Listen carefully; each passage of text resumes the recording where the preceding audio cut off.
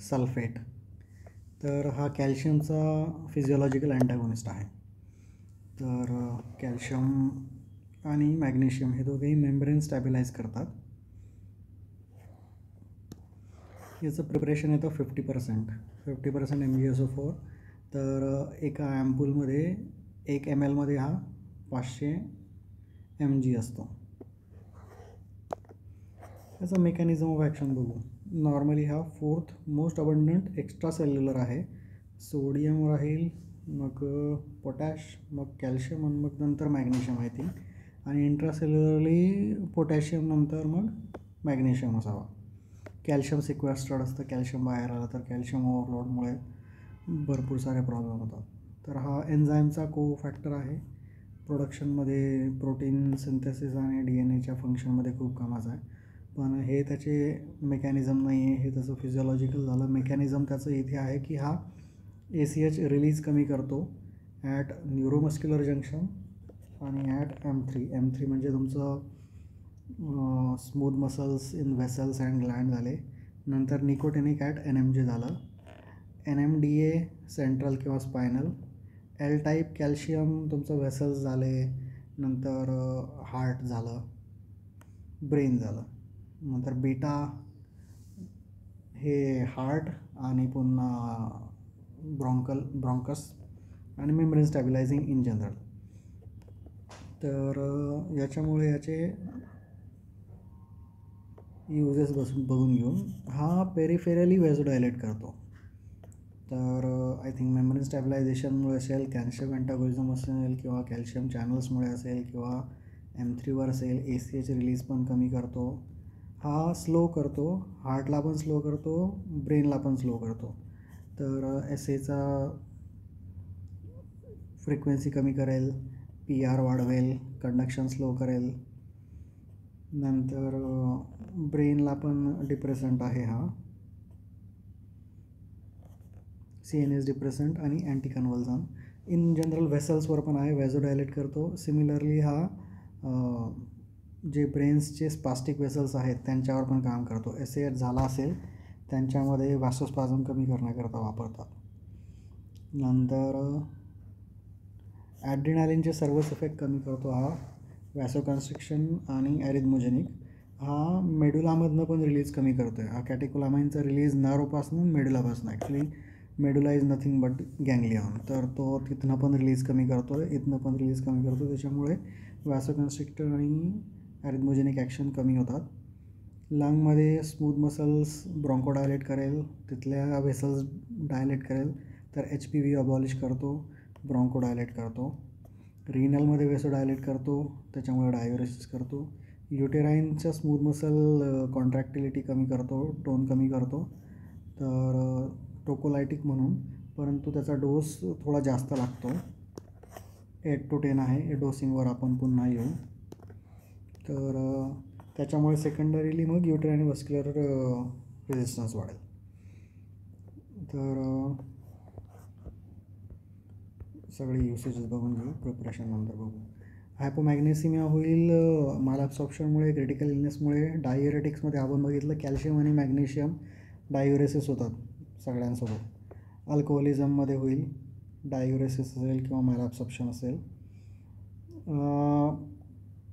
हायपोकॅलेमिया रिफ्रॅक्टरी होतो. जर हायपोकॅलेमिया रिस्पॉन्ड नाही करत आहे तर समजून घ्यायचं की मॅग्नेशियम पण कमी आहे.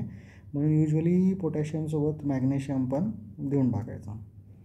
ऑप्समध्ये टोकोलायटिक आहे, प्री इक्लॅम्शिया, इक्लॅम्शिया ॲज अन अँटी कन्व्हल्जंट आहे.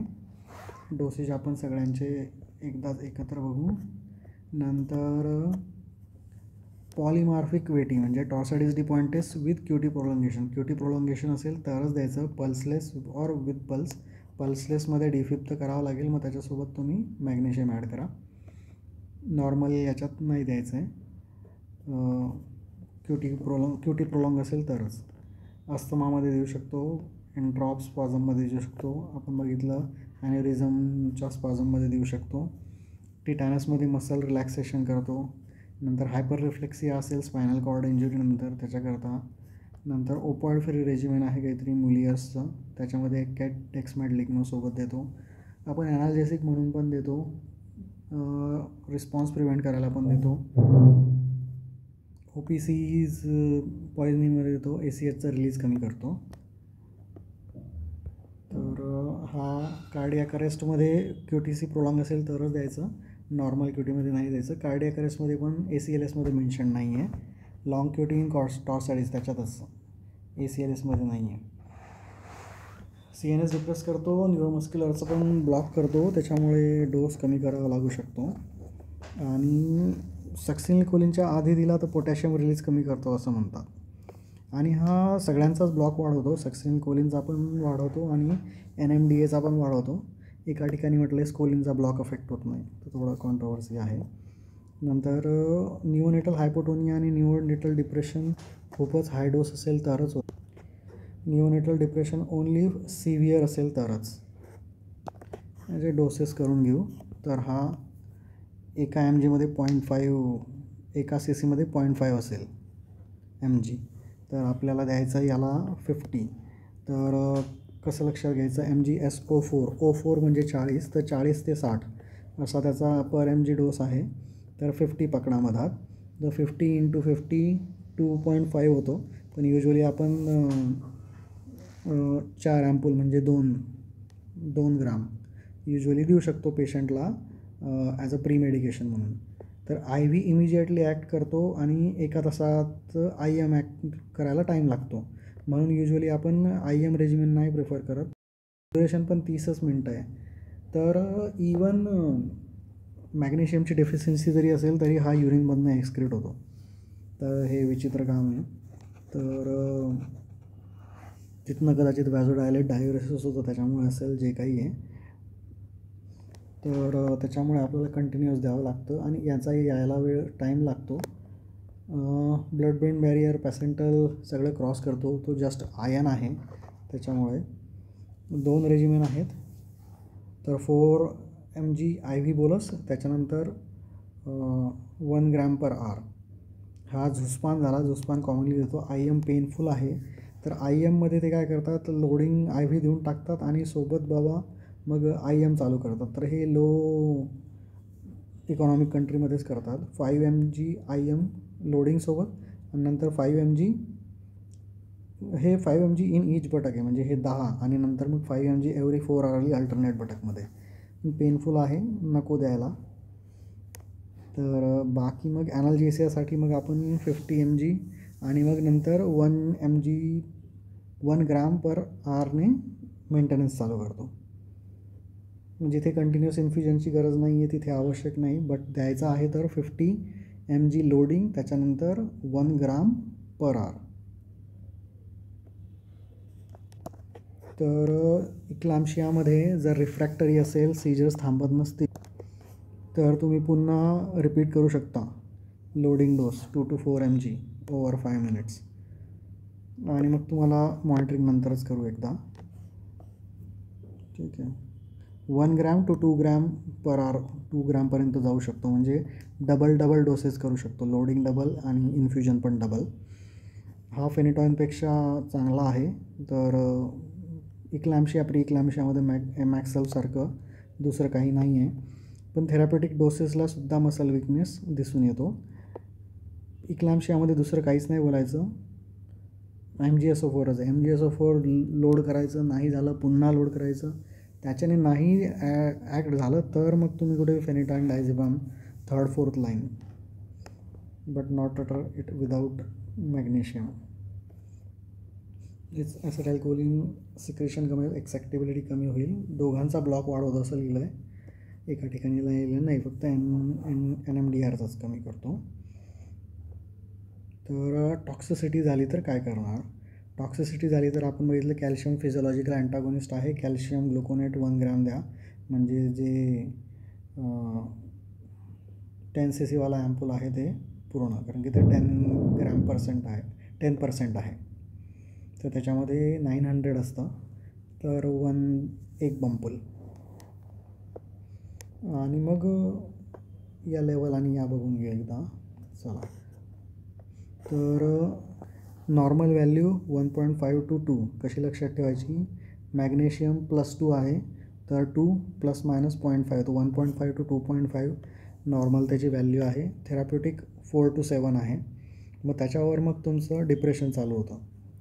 सगळ्यात आधी मार्जिनला म्हणजे बॉर्डरला आहे तुमचं डीप टेंडन रिफ्लेक्सेस जातील. तर पटेलर रिफ्लेक्स किंवा अँकल रिफ्लेक्स कुठलाही घ्या, डीप टेंडन रिफ्लेक्स.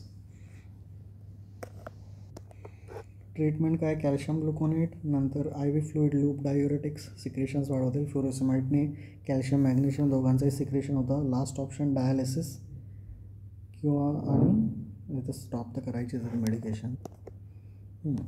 तर 1.4 to 2 मॅग्नेशियम 2+ आहे म्हणून 4 to 7 त्याची थेराप्युटिक रेंज झाली. रिफ्लेक्सेस मग 8 ते 10 चालून जातात.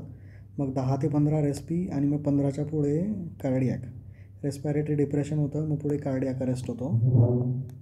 वॉच तुम्हाला 3 गोष्टीवर ठेवायचा, युरिन आउटपुट, पटेलर रिफ्लेक्स आणि रेस्पिरेटरी डिप्रेशन. सगळं काही स्लो करतो तर वाईड PR, वाईड QRS आणि ब्रॅडी होईल, कार्डियॅक अरेस्ट होईल. रेस्पीमध्ये पण रेस्पिरेटरी डिप्रेशन करतो, CNS डिप्रेशन करतो.